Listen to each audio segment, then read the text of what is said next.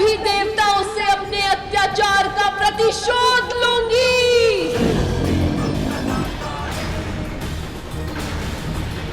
जिन्होंने मेरे पुत्र का जीवन असमय ही समाप्त कर दिया, उन सभी 33 कोटि देवताओं का अस्तित्व ही इस संसार से मिटा दूंगी मैं।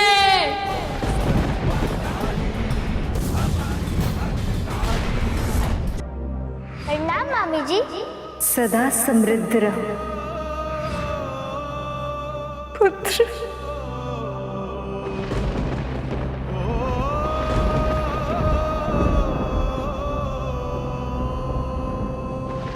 इसका हंसता मुस्कुराता मुख अभी भी मेरी दृष्टि के सामने।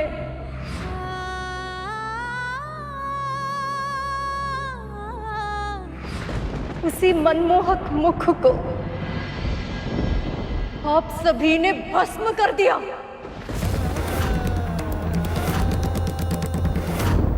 हम सभी से चाहे कितना भी दुलार क्यों न करे, कितना भी स्नेह क्यों न दे, पर इसके लिए सबसे अधिक आकर्षण इसके माँ का आंचल ही था।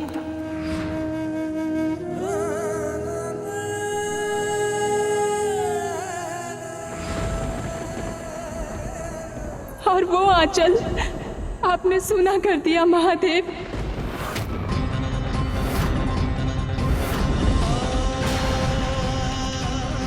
देवी पार्वती की केवल एक ही इच्छा थी कि कैलाश में कोई ऐसा हो जो केवल उनकी आज्ञा का पालन करे, जिसके लिए उनसे अधिक महत्वपूर्ण और कोई भी ना हो।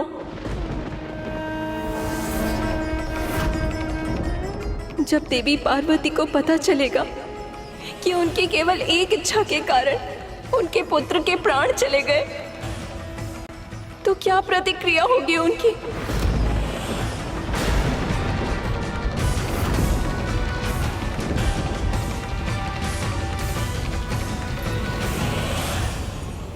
आप चुप क्यों है नारायण? आपने तो स्वयं सखी को मनवांचित पुत्र का वरदान दिया था। आप तो जानते थे ना कि वो बालक जो कुछ भी कर रहा है केवल एक कृष्ण मात्र भक्ति के कारण कर रहा है। तो फिर आप अपने क्रोध पर नियंत्रण कैसे नहीं रख सके? बताइए प्रभु। भूल हमसे हुई है माँ।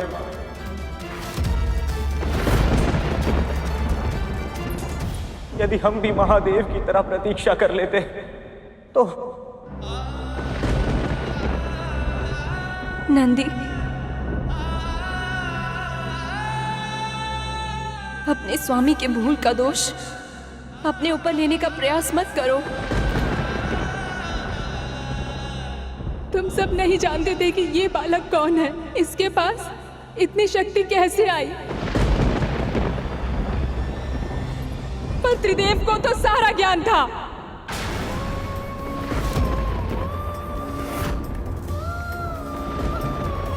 फिर संपूर्ण सृष्टि के सबसे महान भगवान एक बालक को नियंत्रित करने के लिए उसके शीश को धड़ से अलग करने के अतिरिक्त आप कोई उपाय नहीं खोज पाए।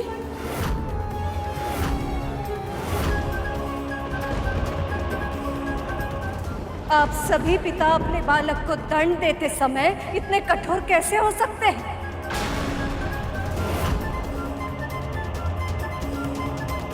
कि ना कि आपके हृदय में करुणा का अंकुर फूटता है, ना ही हाथ कांपते हैं।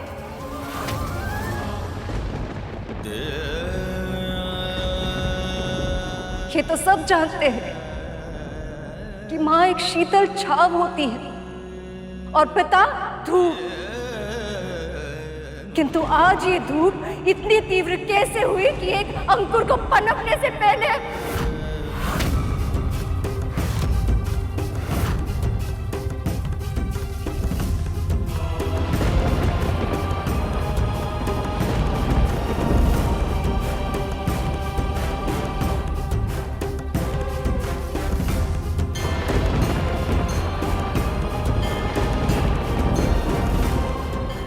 स्वामी।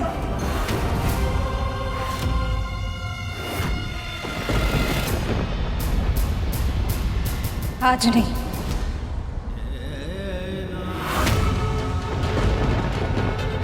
देवर्षि सत्य कहते थे, जब जब आप तीनों एक समय में एक स्थान पर आते हैं, कोई न कोई अकल्पनीय घटना अवश्य घटती है।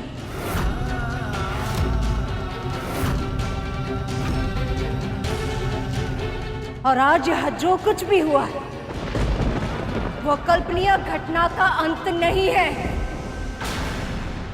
आज आपने एक मां को उसके पुत्र से अलग किया है, और संसार में कोई भी मां अपने संतान की रक्षा के लिए दुर्गा का रूप लेती है।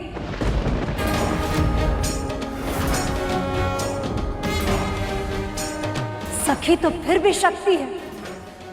विचार कीजिए महादेव, वो इसका प्रतिशोध किस प्रकार लेगी? वो इसका प्रतिशोध किस प्रकार लेगी?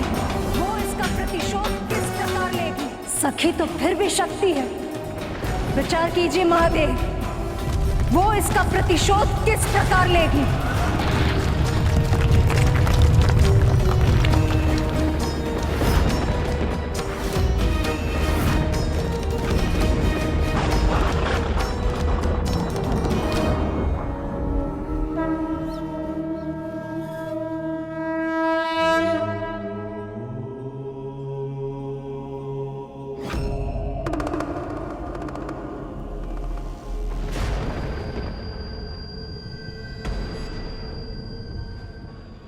ये बेलपत्र कैसे जल गया? महादेव,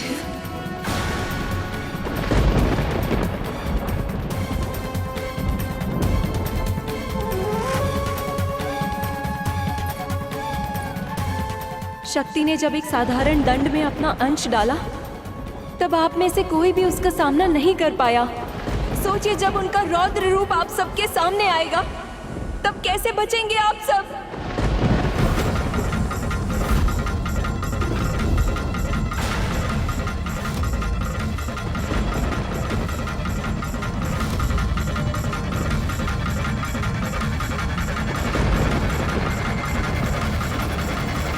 महादेव, आ गए आप?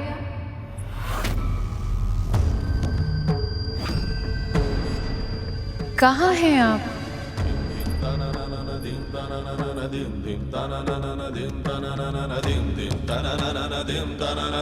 इतना विलंब क्यों हो रहा? स्वयं जाकर देखना।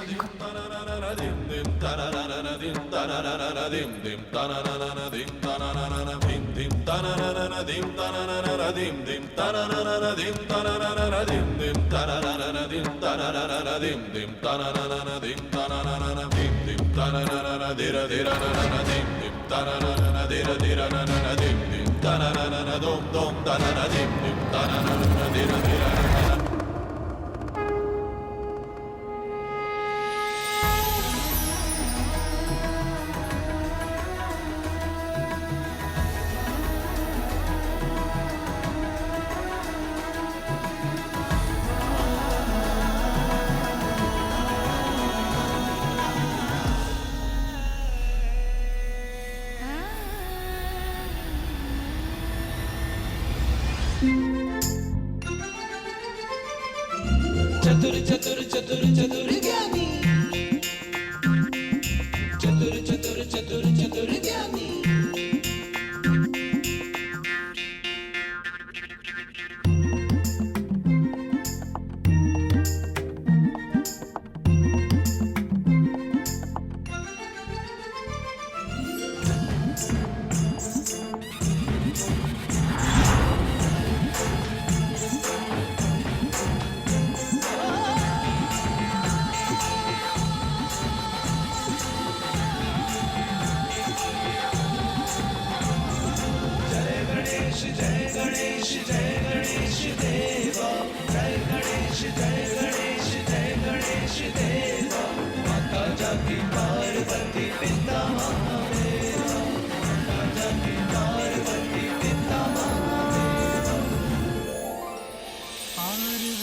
के मन में उमड़ी ममता,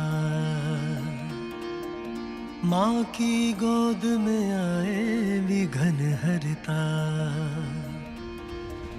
पार्वती के मन में उमड़ी ममता,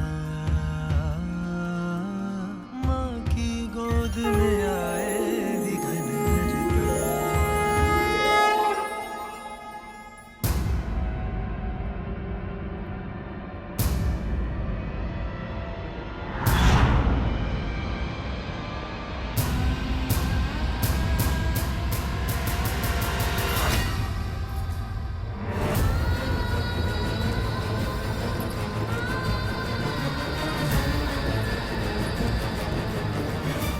स्वप्न था पर कितना सुंदर स्वप्न था। पिछली बार जब काली के रूप में उन्हें क्रोध आया था तो केवल महादेव ही उन्हें रोक पाए थे, किंतु इस बार महादेव स्वयं अपराधी है। वे तो अभी भी अपने पुत्र को उसके पिता से मिलाने का स्वप्न देख रही होंगी। यदि सखी को पता चल गया कि उनके पुत्र के साथ आपने क्या किया है तो इसका क्या परिणाम होगा? ऐसे में जब शक्ति शिव से टकराएंगी तो क्या होगा ये कोई नहीं जानता।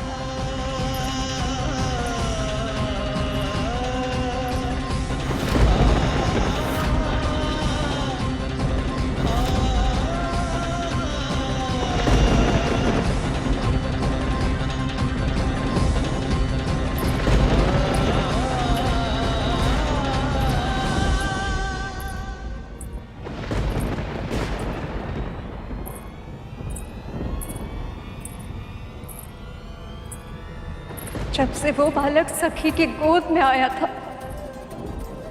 उनके मन में एक ही कामना थी, बस एक ही बात सोच सोचकर वो पुलकित थी कि शीघ्र से शीघ्र वो अपनी प्रसन्नता आपके साथ बांटे।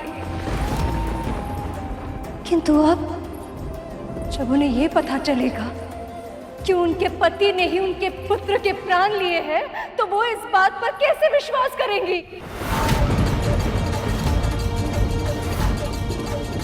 बताइए महादेव, चुप क्यों है? कुछ तो बोलिए।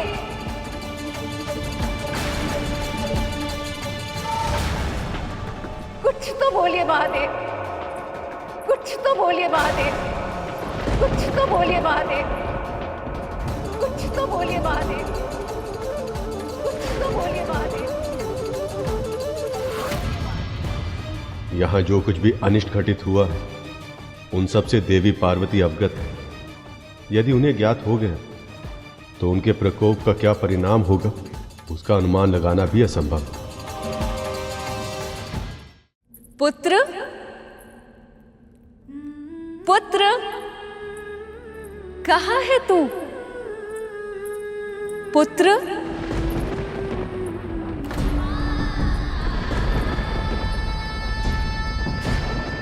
जो पुत्र उनका स्वर गूंजने से पहले उनकी सेवा में उपस्थित हो जाता था, अब वो कभी उनका स्वर नहीं सुन पाएगा।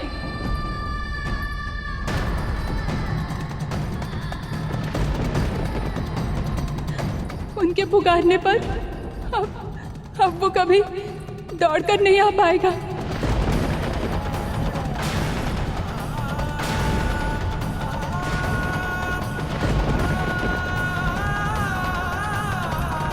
पुत्र, पुत्र,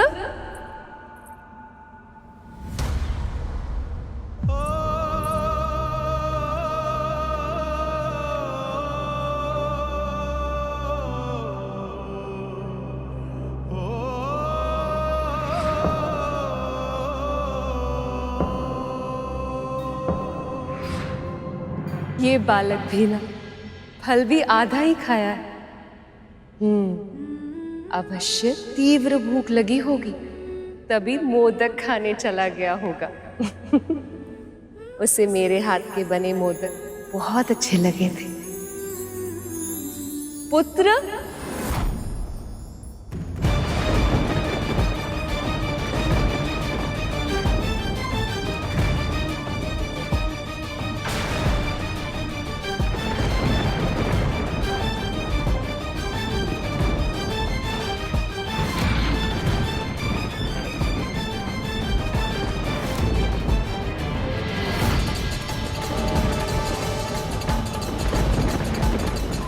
लगता है ये सब महादेव और मेरे पुत्र से मिलने आए हैं।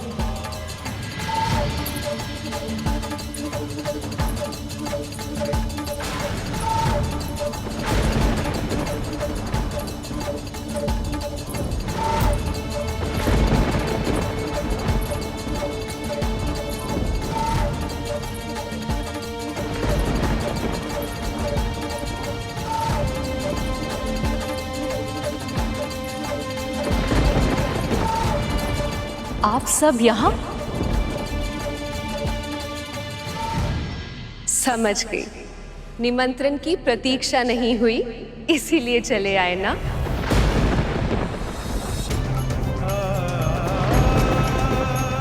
मुझे पता था आप सब कोई बात छुपा नहीं पाएंगी। अपने अपने पति को मेरे पुत्र के जन्म की सूचना दे ही दी।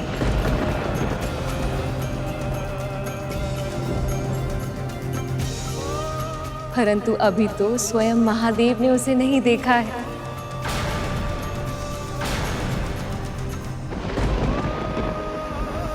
पर वो है कहाँ?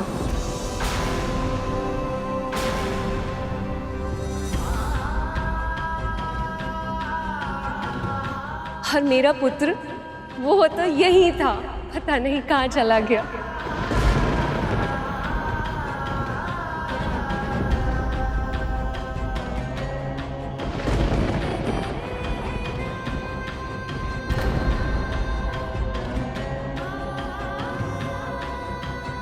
क्या हुआ? अरे आप सब चुप क्यों हैं? नंदी, क्या समस्या है? बताओ।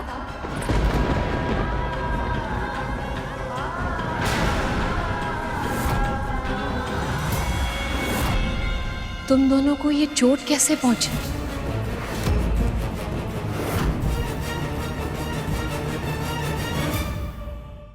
क्या गजासुर ने कोई क्षति पहुंचाई है?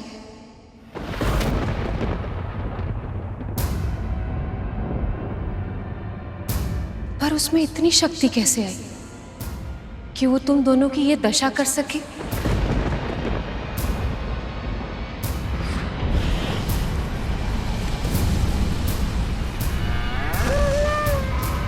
जिसने तुम्हारी ये दशा की, महादेव ने उस दुष्ट को कोई दंड दिया कि नहीं?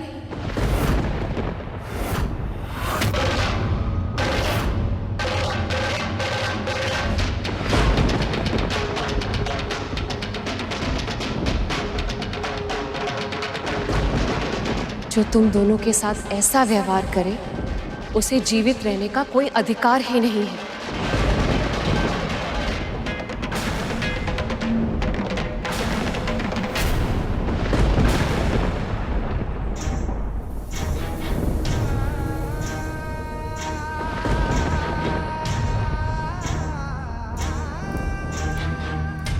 और देवराज, आप, अग्नि, वायु, आप सबकी ये दशा किसने की?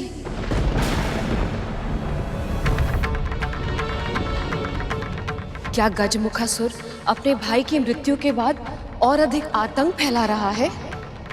इसीलिए आप सब चिंतित हैं। परंतु चिंता मत कीजिए, ब्रह्मदेव है,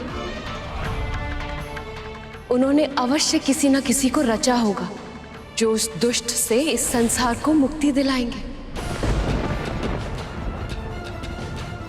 जिस दुष्ट के विषय में देवी बात कर रही हैं वो कोई और नहीं बल्कि महादेव है, और स्वयं महाकाल के विरुद्ध किसी की क्या रचना हो सकती है?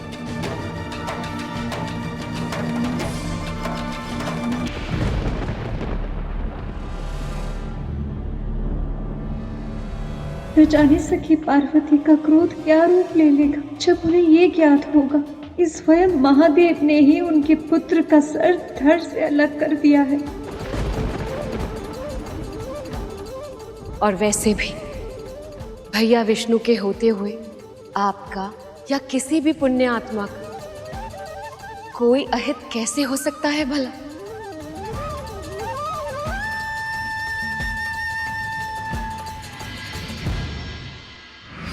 हमारे धैर्य की परीक्षा मत लो बालक।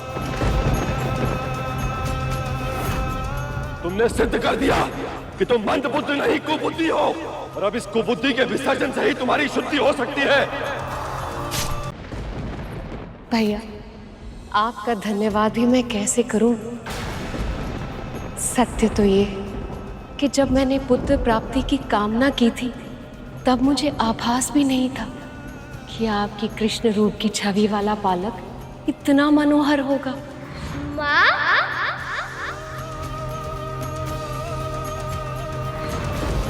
वो तो सच में इतना नटखट है, इतना मनमोहक है।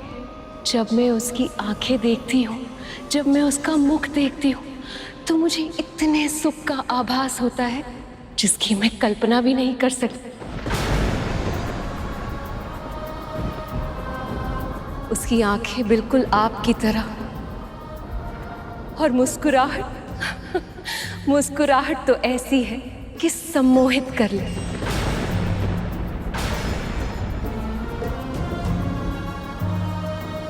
पता है, जब उसने मुझे पहली बार माँ कहकर पुकारा था तो मेरे हृदय को पूर्णता का आभास हुआ, ऐसा आभास जैसा मुझे पहले कभी नहीं हुआ।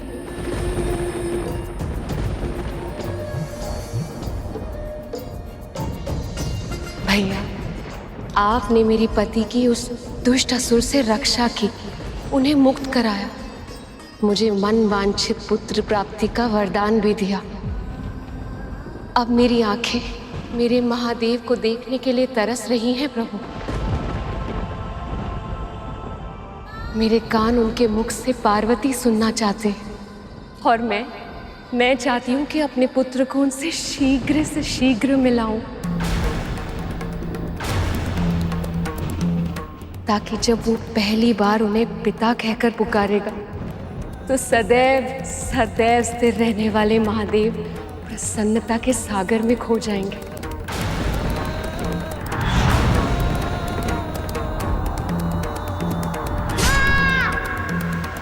पर वो है कहाँ?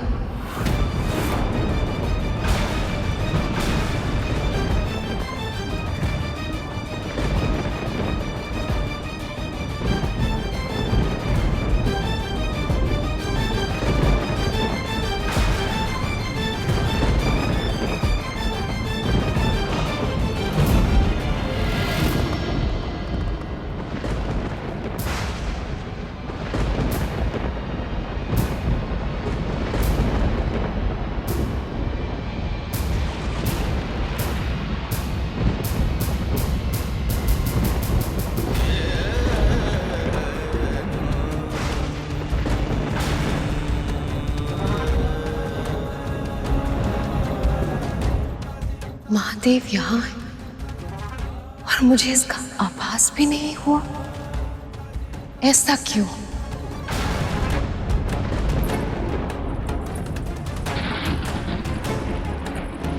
महादेव, आप मुझसे मुख फेर कर क्यों खड़े हैं?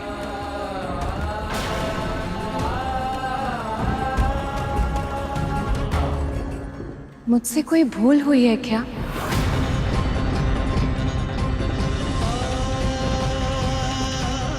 एक बार मेरी ओर देखिए तो सही।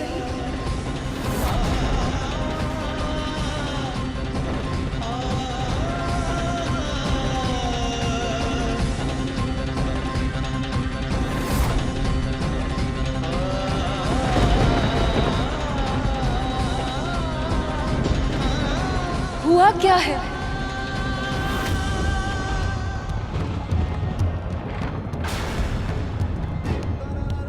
जिस पार्वती को निहारे बिना आपको एक क्षण की शांति नहीं मिलती, आज आप उसको देखना तक नहीं चाहते।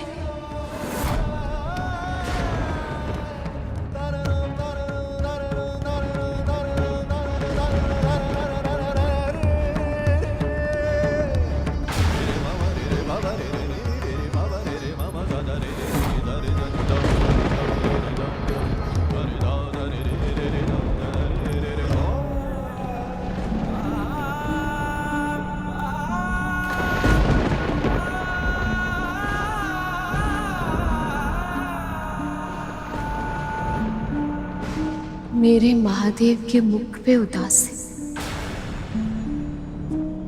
ये कैसे संभव है?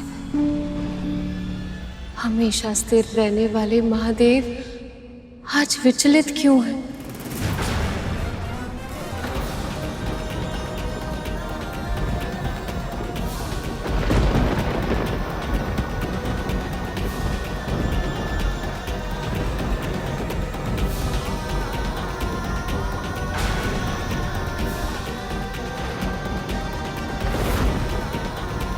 आपको कैसे बताऊं प्रिय कि मुझसे जो क्षति हुई है वो आपकी क्षमा के योग्य नहीं है।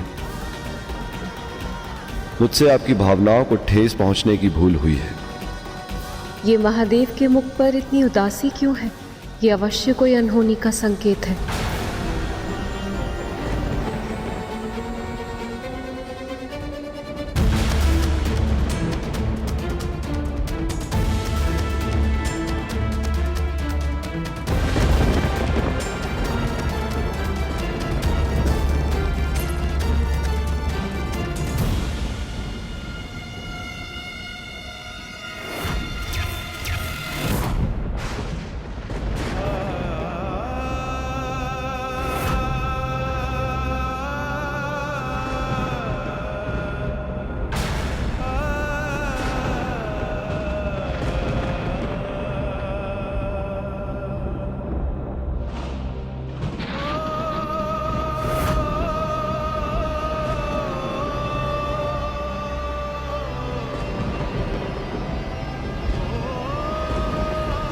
ये आपकी लीला है या कोई अनर्थ का संकेत है? ये अवश्य संसार के कल्याण के लिए महादेव का परोपकार है। किंतु माँ की पीड़ा, काश मैं उनकी पीड़ा को ग्रहण लगा सकता।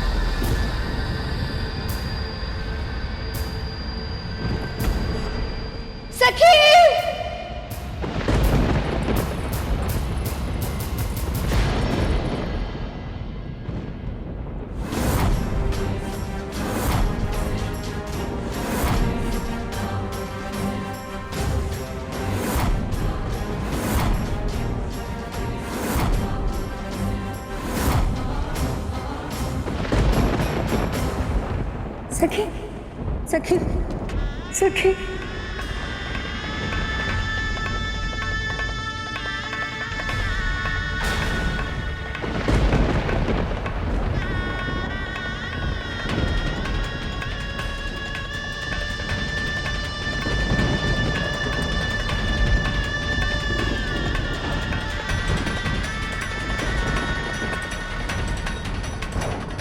सखी,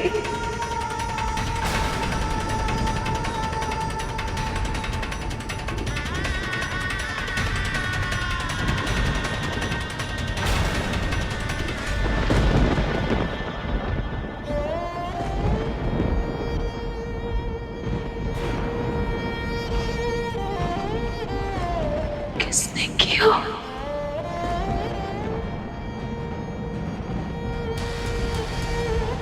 किसने किया?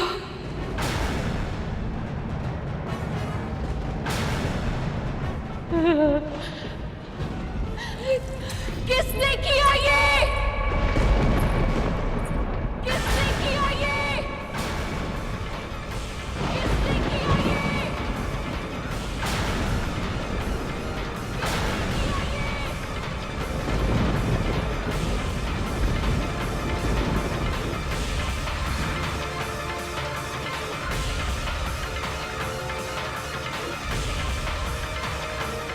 ये कथा सुनने के बाद जब हमारा मन इतना विचलित हो रहा है तो फिर मां पार्वती पर क्या बीती होगी? जब मेरे पुत्र घायल हुए थे उनकी पीड़ा को देखकर मैं कितनी विचलित हो गई थी।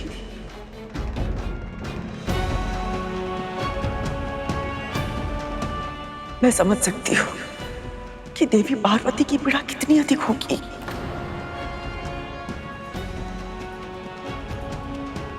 और उनको इस दशा में देखकर प्रभु महादेव कितने दुखी हुए होंगे।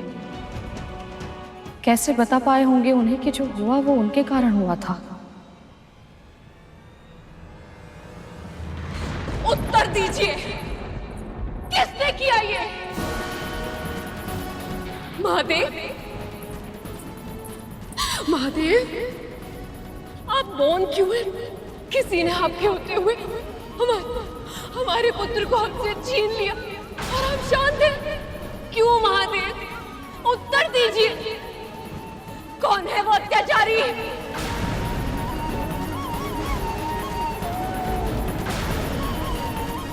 आप सबको क्या लगता है, यदि आप मुझे सत्य नहीं बताएंगे तो क्या मुझे सत्य का पता नहीं चलेगा? शक्ति स्वरूपा हूं मैं। ऐसा कोई सत्य नहीं है जो मुझसे छुपा रह जाए।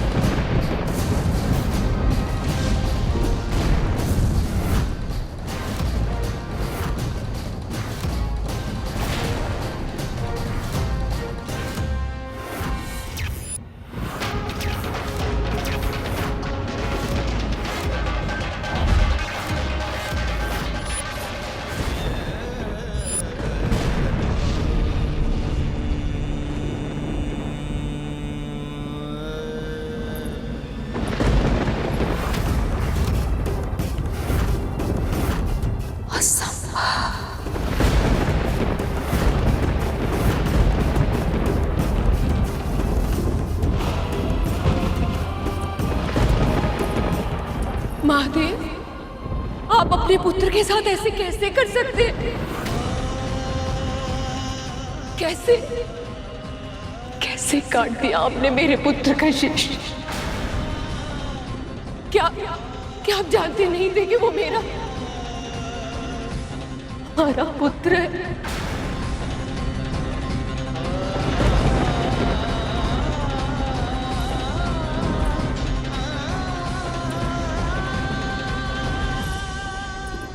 वो पुत्र जिसे पाने के लिए मैं वर्षों से तड़प रही थी।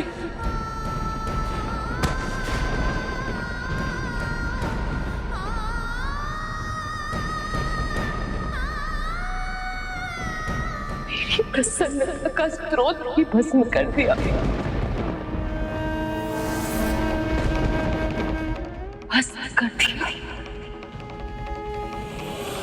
भस्म कर दिया, भस्म कर दिया।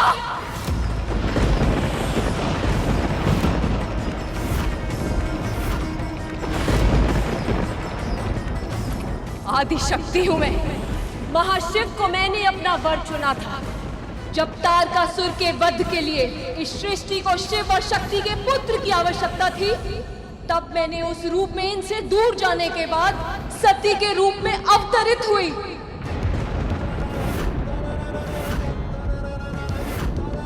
बहुत लंबी और कठिन तपस्या के बाद मुझे शिव मिले, लेकिन इससे पहले कि हमें पुत्र का सुख मिल पाता, मेरे पति के अपमान के कारण मेरे पिता दक्ष की यज्ञ की अग्नि में मुझे अपना दाह करना पड़ा।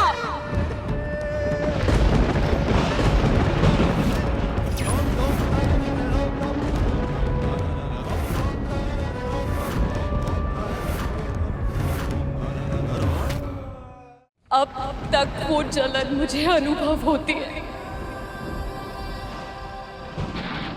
क्यों अग्नि? स्मरण है तुम्हें मेरी वो तड़प, मेरी चित्कार? स्मरण है या भूल गए?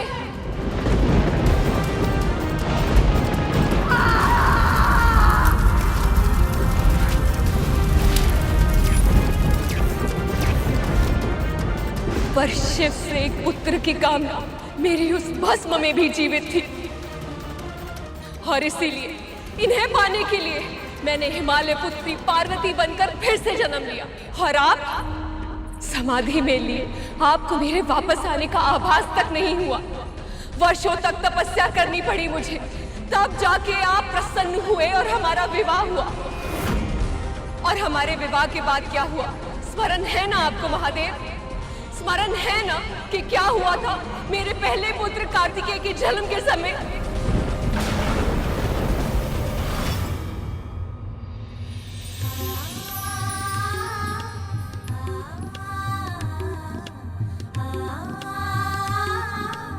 पुत्र, आज से ये तुम्हारा अस्त्र होगा। प्रभु, अभी तो केवल ये बालक है। इसका जन्म ही तारका के वध के लिए हुआ है। पुत्र, प्राणियों की रक्षा के लिए तुम्हें भारत के दक्षिणी भाग में जाना होगा। जो आज्ञा पिताजी। प्रस्थान करो।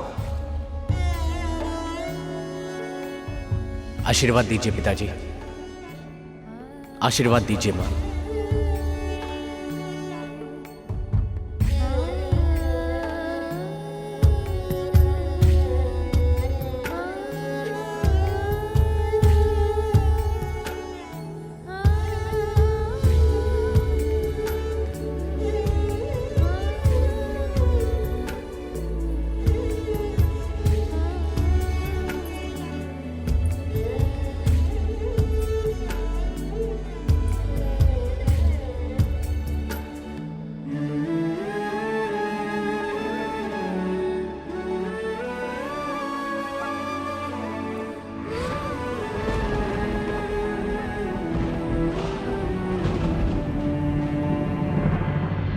उस समय आपने संसार के सभी प्राणियों की रक्षा की दुहाई देकर मेरे पुत्र कार्तिकेय को मुझसे दूर कर दिया।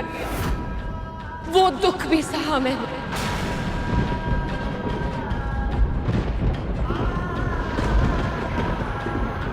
पर मेरे मन में एक पुत्र को दुलार करने की इच्छा और भी अधिक प्रबल हो गई।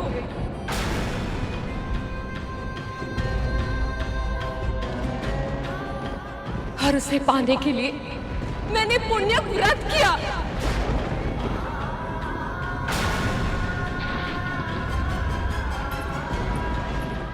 आपने तो स्वयं मुझे मनवांछित पुत्र का वरदान दिया था। फिर मेरा पुत्र मुझसे क्यों छिन जाने दिया प्रभु?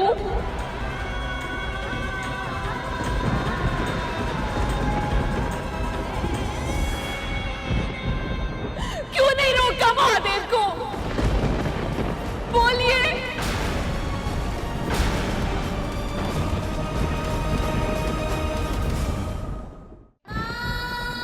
और आप ब्रह्मदेव, आपने भी कुछ क्यों नहीं कहा? या फिर आप कुछ करना ही नहीं चाहते थे?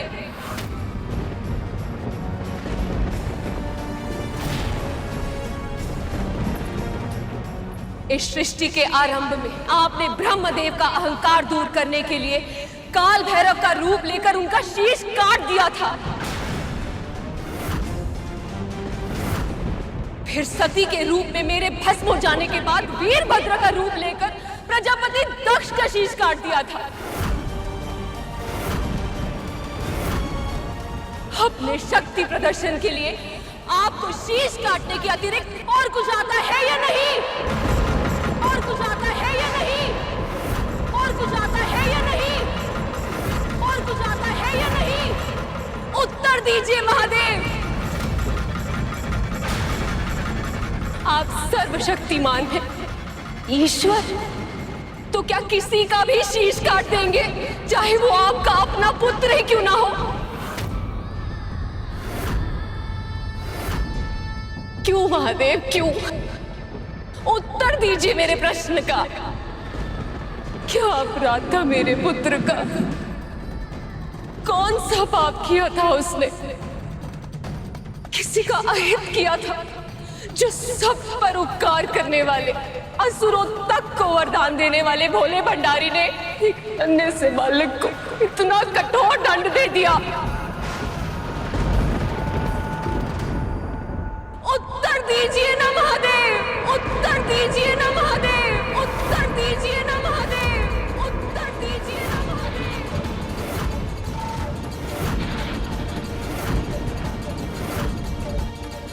मुझे माफ करना सखी, मैं आपके पुत्र को मृत्यु से बचा नहीं पाई।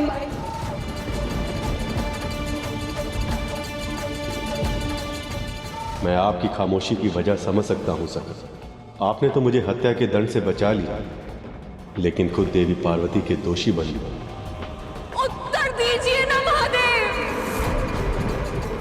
महादेव के पास देवी पार्वती के प्रश्नों का कोई उत्तर नहीं, पर यदि उनके क्रोध ने विराट रूप ले लिए तो ना जाने उसका कितना दुर्गम परिणाम होगा।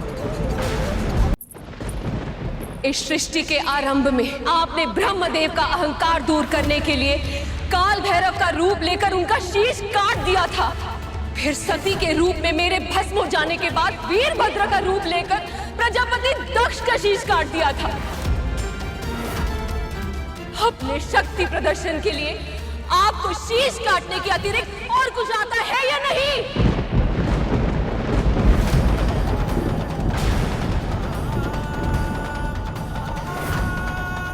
उत्तर दीजिए महादेव।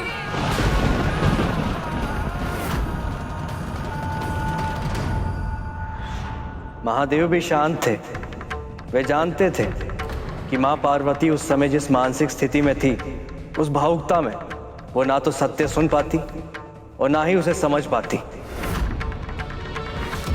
इस संसार में सबसे अधिक भयानक कुछ है तो वह एक स्त्री का आक्रोश, वो भी तब जब प्रश्न उसकी संतान का हो। और फिर शिव से प्रश्न करने वाली कोई साधारण स्त्री नहीं थी। आदि शक्ति का स्वरूप स्वयं मां पार्वती थी।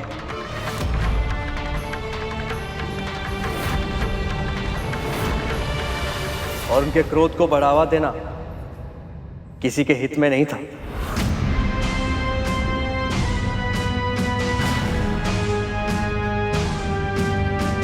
फिर क्या हुआ गुरुदेव? वो ही जो माता पिता को झगड़ा करते देखकर संतानों के साथ सदैव होता है। माँ, हमसे भूल हो गई माँ। कैसी भूल?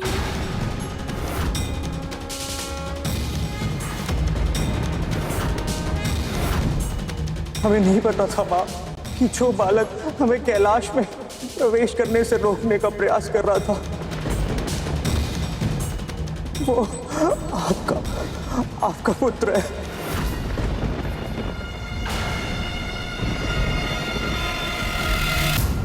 क्या हुआ था यहाँ? क्या हुआ था यहाँ?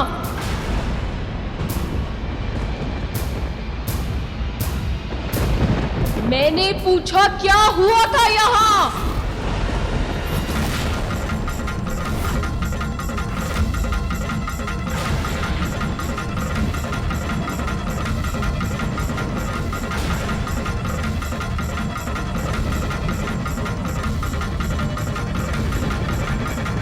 माँ, इसने महादेव को भीतर जाने से रोका था। ठहरिए, माँ की आगे है कि जब तक वो स्वयं बाहर ना आ जाए तब तक किसी को भीतर जाने की अनुमति ना दूं। हमारे विरोध करने पर हमसे युद्ध करने लगा। अब तुम्हें दंड देना ही होगा।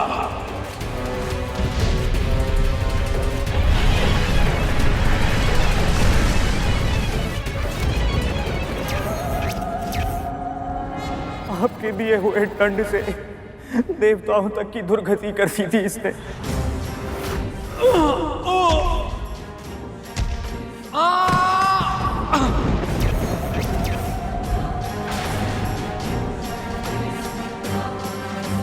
जब ब्रह्मदेव और प्रभु नारायण ने इसे रोकना चाहा, इसने उन्हें भी अपमानित किया।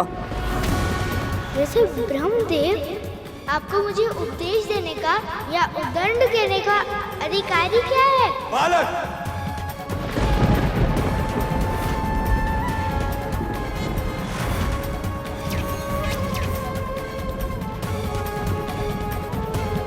महादेव आए और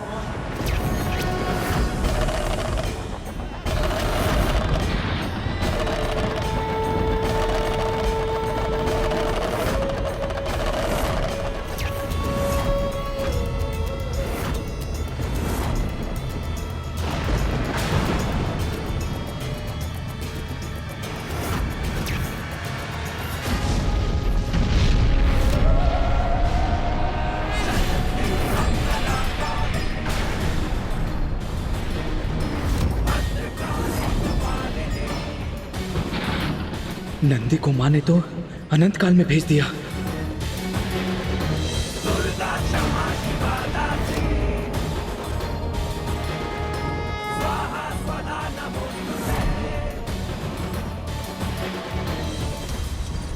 यदि मेरे पुत्र ने मेरे कहने पर आप सबको कुछ क्षण के लिए भीतर प्रवेश नहीं करने दिया, मेरी आज्ञा का पालन किया, केवल इसलिए आप सब दिव्य पुरुष मिलकर उस नन्हे से बालक से युद्ध करने के लिए तत्पर हो गए। कुछ क्षण भीतर नहीं आने दिया तो आप सब दिव्य पुरुष मिलकर उससे युद्ध करेंगे, उसे उत्तेजित करेंगे, मिलकर उसका वध करेंगे। यदि कुछ देर के लिए रोक रहा था तो रुक जाते, मैं पूजा समाप्त करके बाहर आने ही वाली थी। उस नन्हे से बालक की सच से परिचय करा देती, लेकिन इस पूरे संसार की धैर्य की परीक्षा लेने वाले स्वयं धैर्य नहीं रख पाए।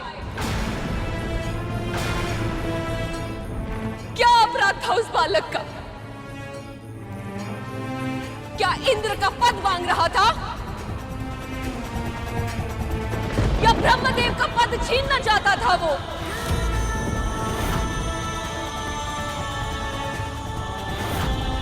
क्या आज के इस नृशंस हत्या के बाद इस पूरे संसार में कोई भी बालक अपनी मां की आज्ञा का पालन कर पाएगा?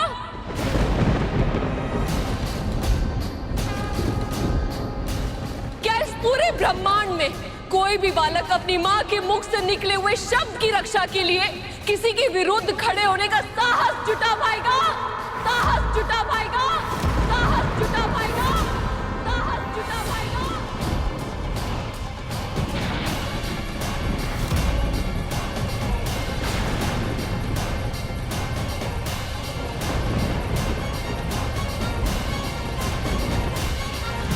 जब तक ये कथा मैं प्रभु विष्णु के पक्ष से सुन रहा था, मुझे बस यही लग रहा था कि उस बालक को उसकी उद्दंडता का दंड मिलना ही चाहिए था। हाँ, तो अब जब मां पार्वती के दृष्टिकोण से सुन रहा हूं तो मन विचलित हो रहा है गुरुदेव। मस्तिष्क में बस एक ही प्रश्न आ रहा है कि ये जो कुछ हुआ क्या वो सही था? इसलिए हर विषय को उसकी संपूर्णता में समझना चाहिए कर, और उसके लिए आवश्यक होता है उसे हर दृष्टिकोण से देखना, जानना और परखना। जो हुआ वो क्यों हुआ, उचित हुआ या अनुचित, इन सब के उत्तर समय के गर्भ में छिपे होते हैं और कभी कभी पूरा जीवन जीने के बाद उनके उत्तर प्राप्त होते हैं। और इस स्थिति में कुछ ऐसा ही हुआ। मां पार्वती का दुख अविश्वास से क्रोध, क्रोध से क्रंदन और क्रंदन से फिर रौद्र अवस्था में पहुंचने वाला था।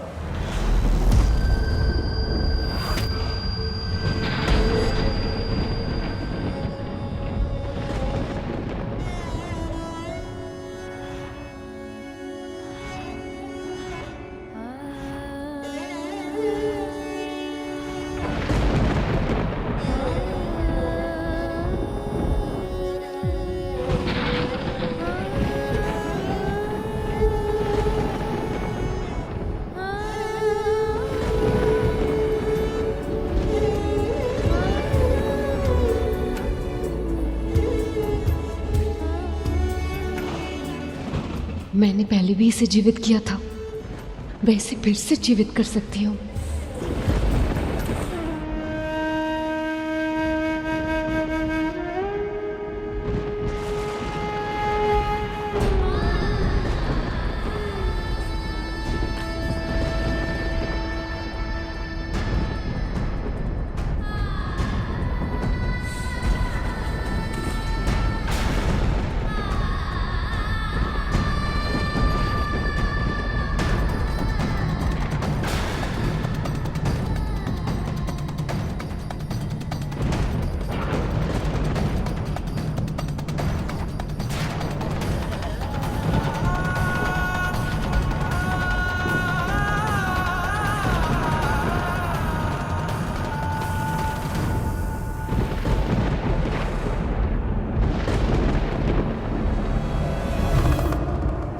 असंभव प्रयास मत कीजिए प्रिय।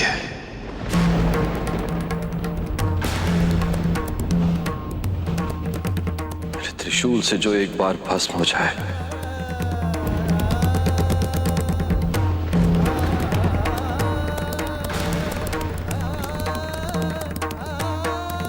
उसमें फिर से प्राण नहीं आ सकते।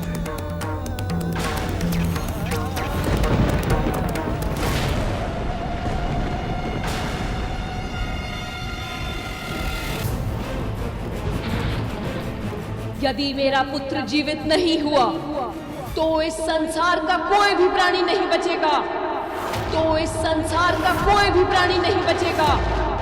तो इस संसार का कोई भी प्राणी नहीं बचेगा।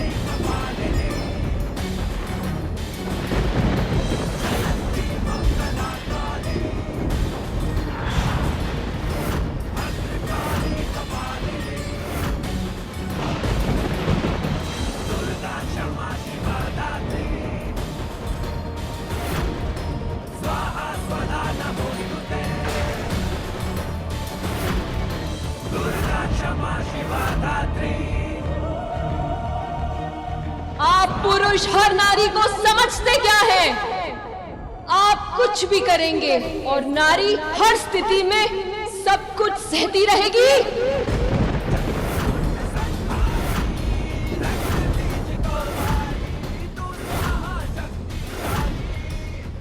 भ्रम में हैं आप।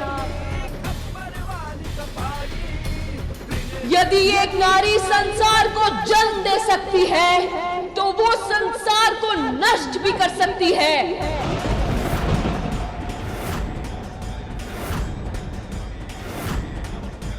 सबका विनाश होगा आज, सबका।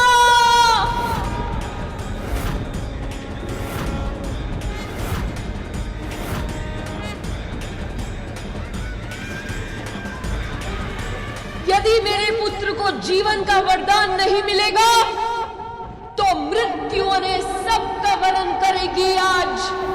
तो मृत्यु ने सबका वरण करेगी आज। तो मृत्यु ने सबका वरण करेगी आज। कोई शेष नहीं बचेगा। कोई नहीं, कोई नहीं, कोई नहीं, कोई नहीं। महादेव, महादेव कुछ कीजिए। माँ को रोकिए, नहीं तो इस सृष्टि नष्ट हो जाएगी। महादेव रक्षा कीजिए प्रभु, रक्षा कीजिए। माता पार्वती के स्वरूप से रक्षा कीजिए प्रभु, रक्षा कीजिए।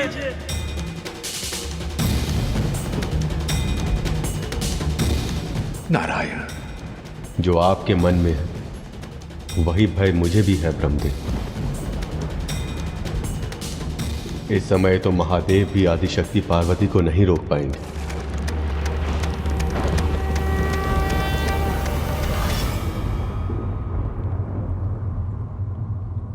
देवी, अब आप ही अपनी सखी को समझाइए, रोकिए इन्हें।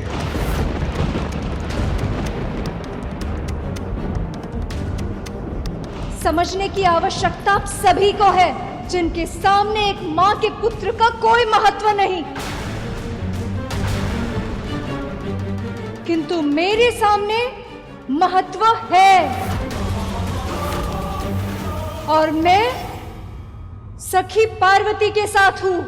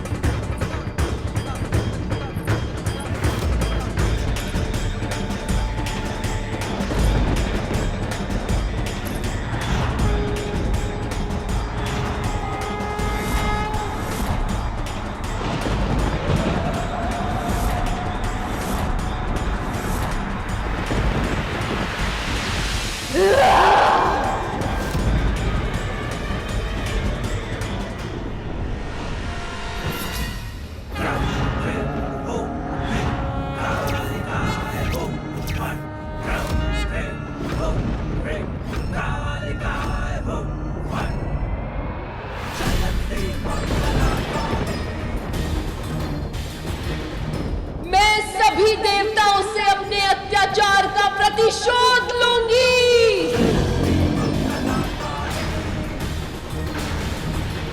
जिन्होंने मेरे पुत्र का जीवन असमय ही समाप्त कर दिया,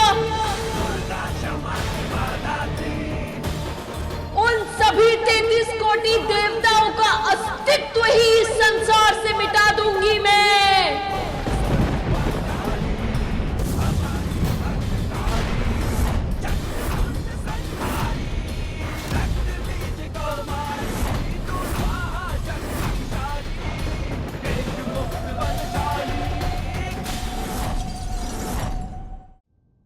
मां के उस रूप का वर्णन करने में मैं भी असमर्थ हूं। अपनी आंखों से देखकर, स्वयं उस ऊर्जा का साक्षी बनकर उनकी दिव्य शक्ति का अनुभव किया जा सकता है।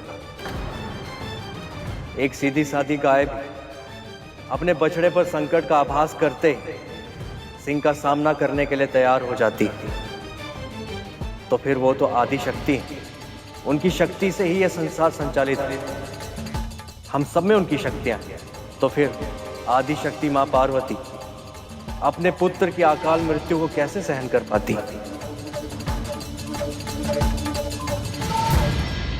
फिर क्या हुआ गुरुदेव? आवेश में कड़कती बिजली की तरह कौंधते हुए मां आदि शक्ति संसार के विनाश के लिए तत्पर हो गई।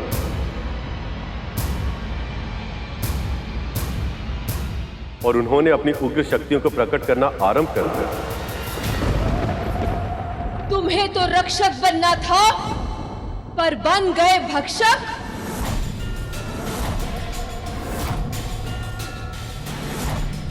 इस संहार का आरंभ तुमने किया था, परंतु अंत अब मैं करूंगी। सबका भक्षण करूंगी मैं।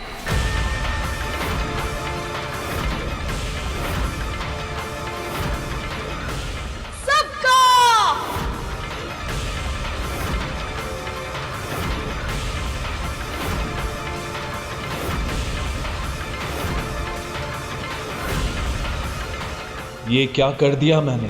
मेरी वक्र दृष्टि केवल उस बालक पर पड़ी, किंतु उसका फल अब समस्त संसार को भोगना पड़ेगा। कुछ कीजिए महादेव, रक्षा कीजिए प्रभु, रक्षा कीजिए।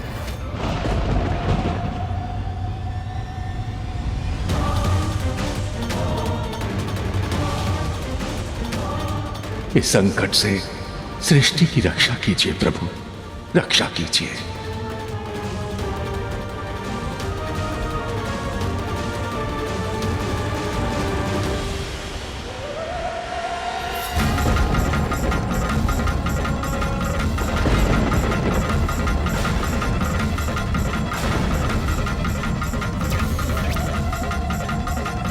हे महादेव, अब देवी पार्वती के क्रोध से संसार की रक्षा कैसे होगी?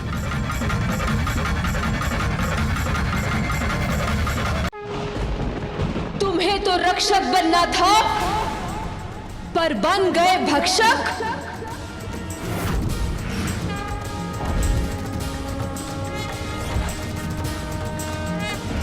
सबका भक्षण करूंगी मैं, सबका।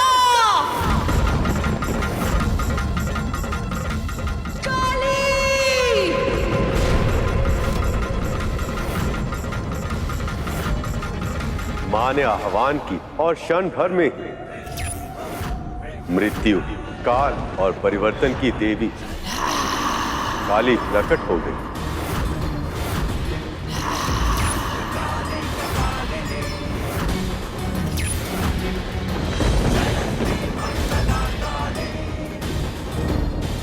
फिर मां ने आवाहन किया हल्के नीले रंग वाली देवी तारा का।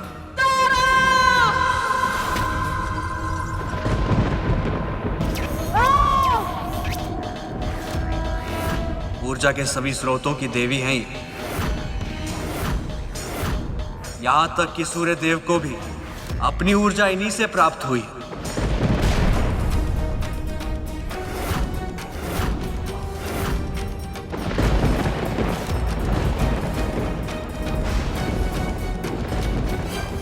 फिर प्रकट हुआ मां का वो रूप जिसे षोडशी और मां ललिता भी कहा जाता है। त्रिपुर सुंदरी। 10 महाविद्याओं में सबसे प्रमुख ये मां पार्वती का तांत्रिक स्वरूप है।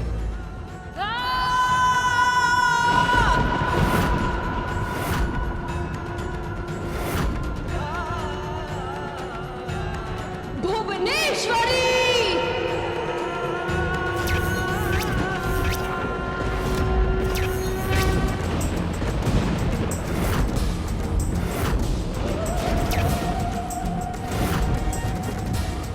संसार में सभी का जन्म इन्हीं से हुआ है और अंत में सब कुछ इन्हीं में ही मिल जाता है।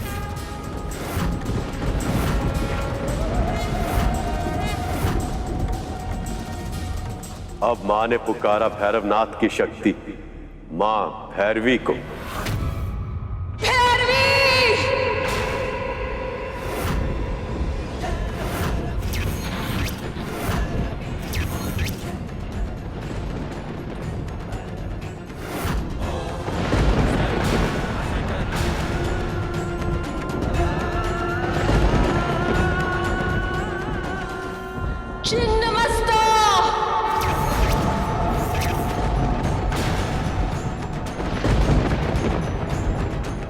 मां की पुकार सुनकर अब आई मां प्रचंड चंडिका, जो अपने ही हाथों में अपना ही कटा हुआ शीश धारण करती।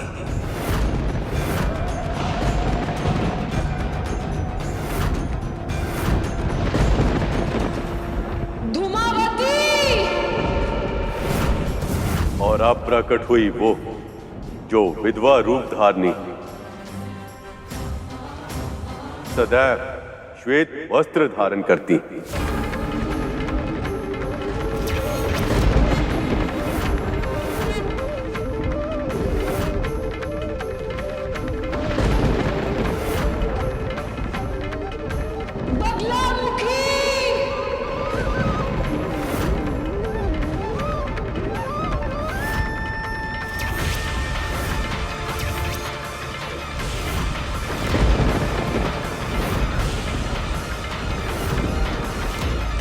अब सभी के मन में भय का संचार करने प्रकट हुई मां पीतंबरा, देवी का उग्र स्वरूप, जो क्षण भर में ही अपने शत्रु को स्तब्ध अर्थात शक्तिहीन करने में समर्थ। मातंगी!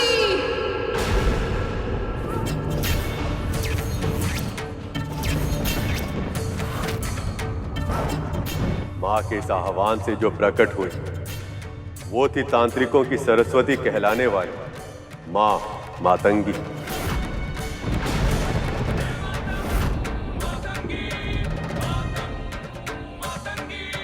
मां मातंगी सरस्वती स्वरूप।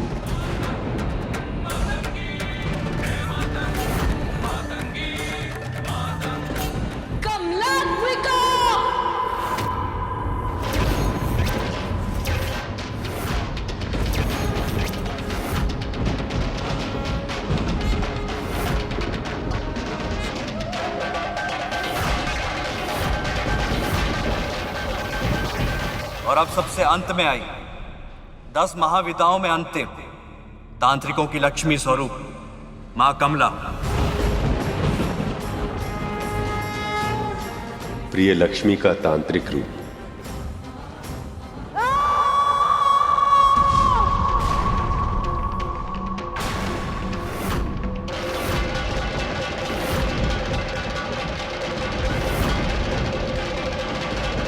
युद्ध के लिए तत्पर हो जाओ।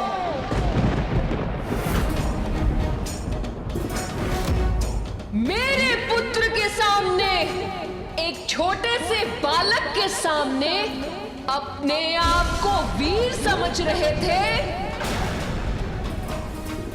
अब अस्त्र उठाओ और मेरा सामना करो।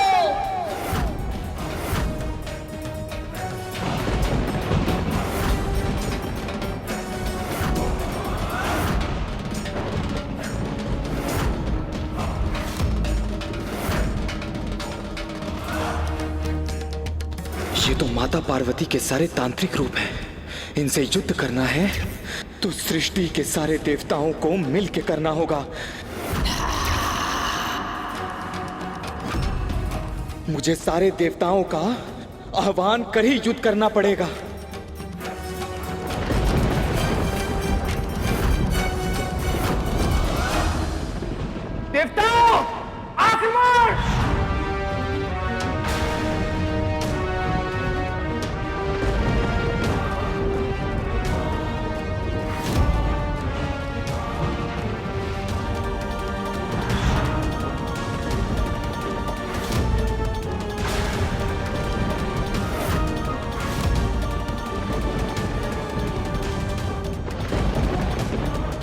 ब्रह्मदेव, ये देवगण क्या कर रहे हैं? क्षमा मांगने के स्थान पर हाथों में अस्त्र उठाने की अभद्रता कर रहे हैं। अब क्या होगा महादेव?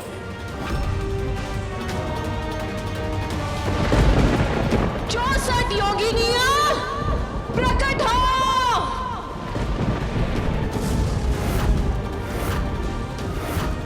देवताओं ने अस्त्र उठाकर मां को और भी उग्र कर दिया।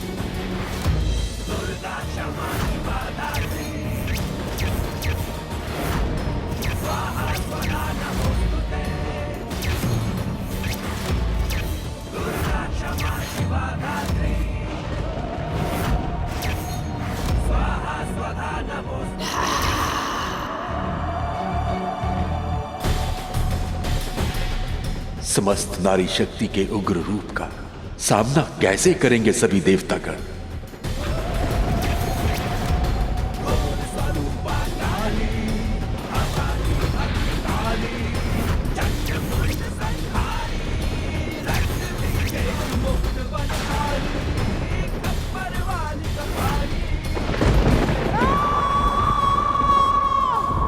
हे कमालात्मिका, आप लक्ष्मी स्वरूप और आपसे युद्ध मैं नहीं कर सकता।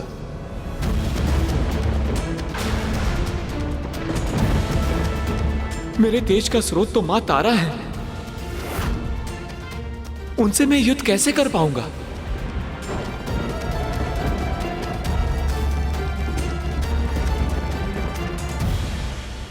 मां दुर्गा, उनकी 10 महाविदाएं, 64 योगिनियां, नारीत्व की ऐसी महान शक्तियां हैं जिनका सामना करना किसी के लिए भी संभव नहीं है।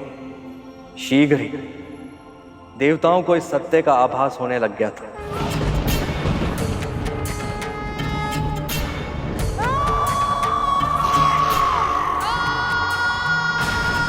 मां की शक्तियों का सामना करना हम देवताओं के वश में नहीं है। नारायण नारायण।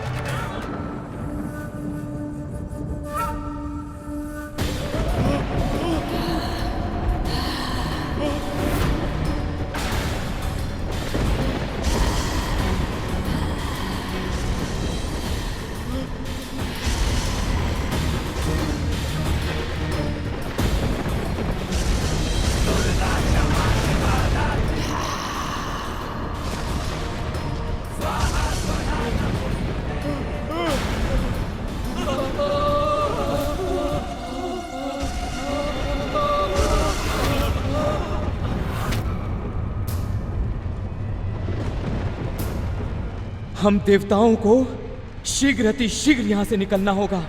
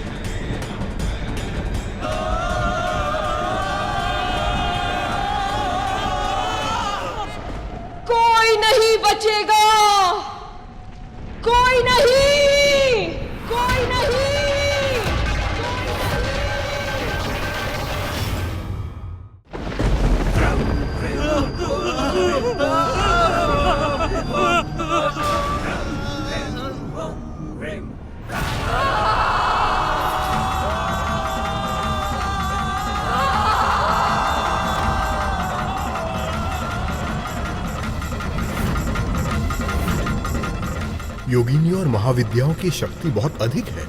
इनके विरुद्ध अपने अस्त्रों का प्रयोग तक कर पाना संभव नहीं है।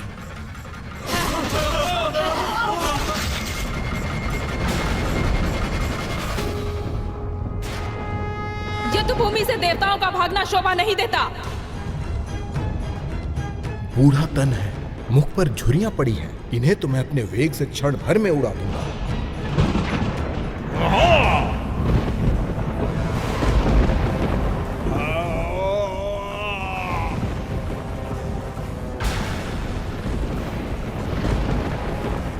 ये क्या? मेरी शक्ति का तो इन पर कोई प्रभाव ही नहीं हो रहा है।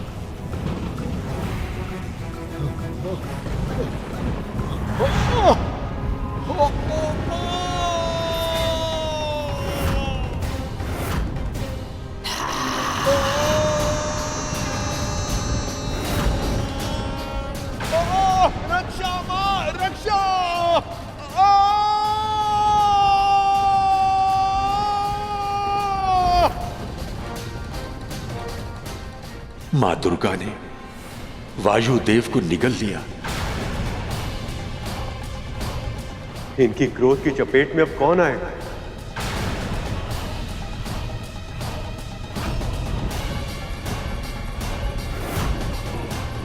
इतनी तीव्र गति से कहां भाग रहे हो वरुण देव?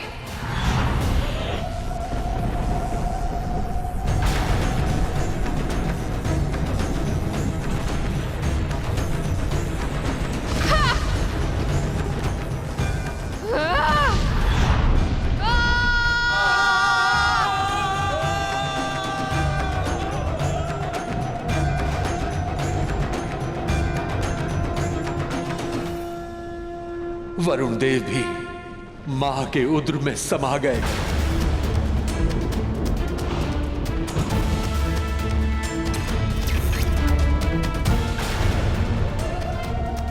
मां छिन्नमस्ता, मुझे क्षमा कर दीजिए। मुझे प्राण दान दे दीजिए मां।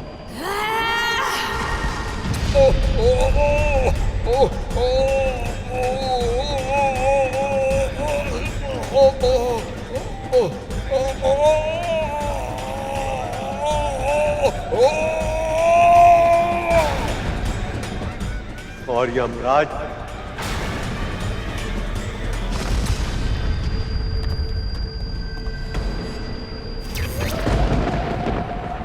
इतनी शीघ्रता क्या है अग्नि? मां भुवनेश्वरी,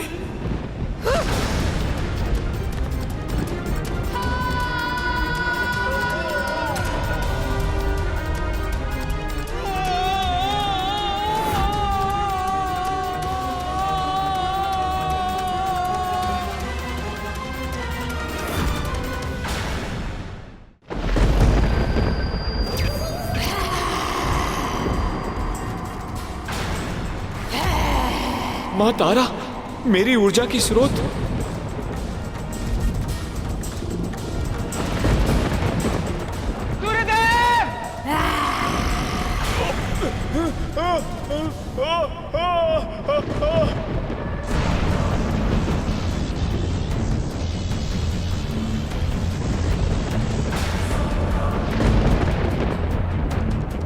मेरा वज्र।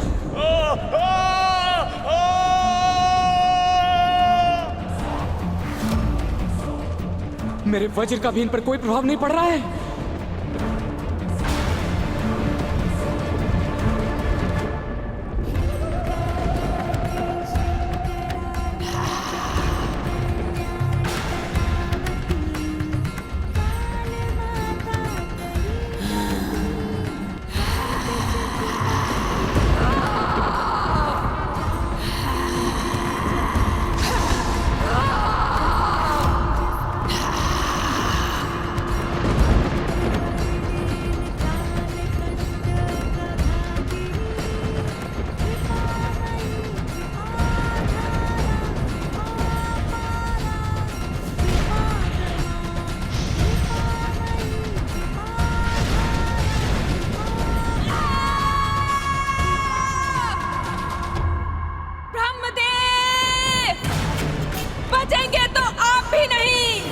मां मातंगी, मैं देवी सरस्वती के इस तांत्रिक स्वरूप का सामना नहीं कर सकता। कुछ कीजिए महादेव, कुछ कीजिए।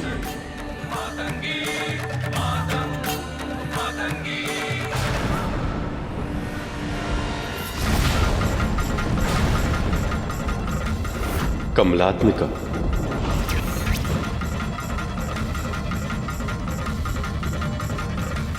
देवी लक्ष्मी के इस तांत्रिक स्वरूप का सामना करना मेरे लिए भी संभव नहीं।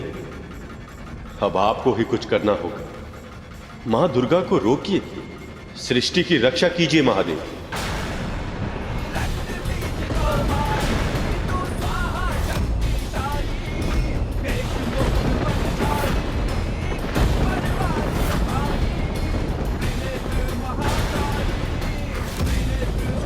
सर्वशक्तिमान सर्वव्यापी दुर्गा का क्रोध इतने प्राणों की बलि लेकर भी शांत नहीं हुआ है। पर अब बस, पर अब बस, पर अब बस। बहुत रक्त बह चुका है मेरे कैलाश की धरती पर। अब मुझे इन्हें रोकना ही होगा, अन्यथा अनर्थ हो जाएगा, अन्यथा अनर्थ हो जाएगा, अन्यथा अनर्थ हो जाएगा।